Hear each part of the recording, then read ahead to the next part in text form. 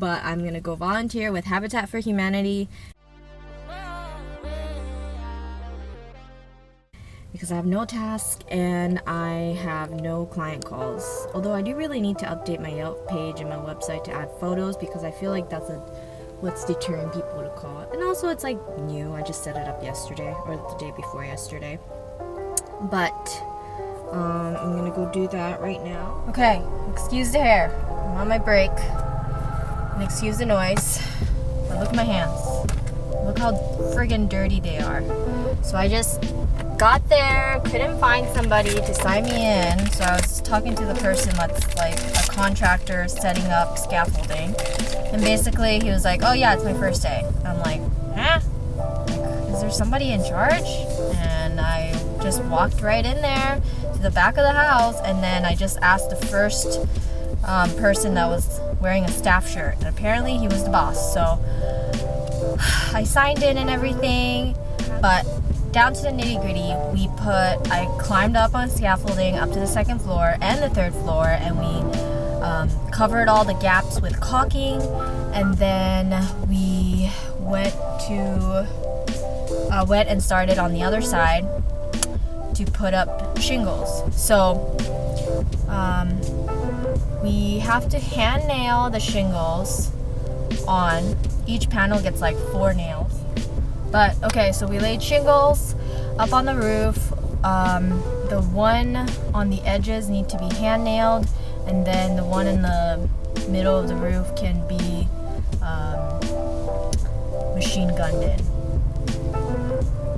So that was pretty fun. The nail gun is really fun to play with. Can you see me? Can you see? I just turned the AC off, so I'm gonna like continuously become red. But I just finished the volunteering. It was 8 o'clock till 3 o'clock basically, within a 1 hour break, so only really worked 6 hours. There was one girl there. Well, there was actually a couple of girls painting with another like handful of young boys, and I think it was like a youth organization that allows students, like young kids, to do the easy stuff, but they'll still like wear hard hats and climb on scaffolding and get up at the top and paint things, but simpler things, like not like they wouldn't be using big tools. So there were a couple of girls there, which is very encouraging, but as far as volunteering, I think I was the only volunteer today, probably because everyone wears something. And on staff, there are all men of various ages. A lot of them look like they're retired, but like still kicking, still like probably have done this many years. And then I think the boss was an older gentleman and a younger, like in his 30s or something. Anyway, but there was one girl, I have no idea how old she is. She looks like she's probably like 20, and she is part of AmeriCorps, which is like Peace Corps. So she, part of her program, she has to do Habitat for Humanity for a year. But anyway, I worked with her almost the whole day. They were telling me how we worked really well as a team because, I don't know, I think girls are just encouraging. Even if you don't know the skill, or even if you do know the skill, like we're just open and nurturing and patient. And I feel like when the big guys would come in and then show us something, they would kind of get frustrated a little bit because we were so new, or I don't know.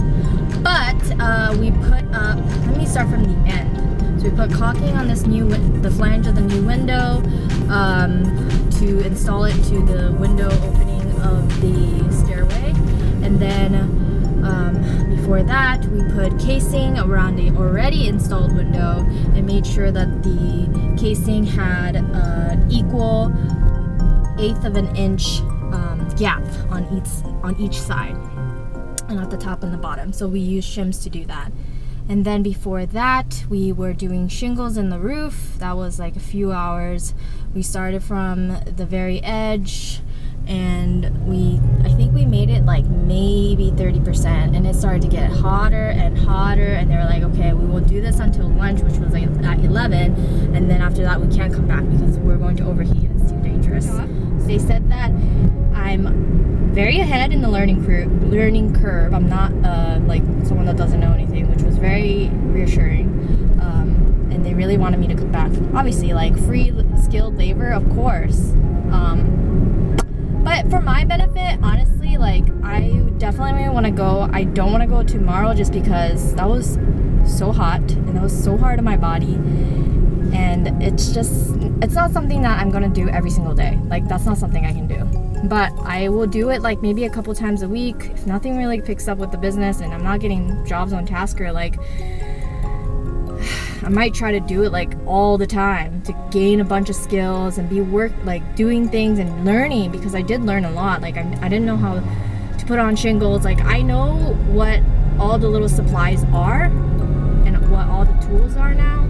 And you know that like after sheathing we need the vapor barrier and shingles and like the windows, and they're already done with the framing of the house. It's just kind of like getting to it.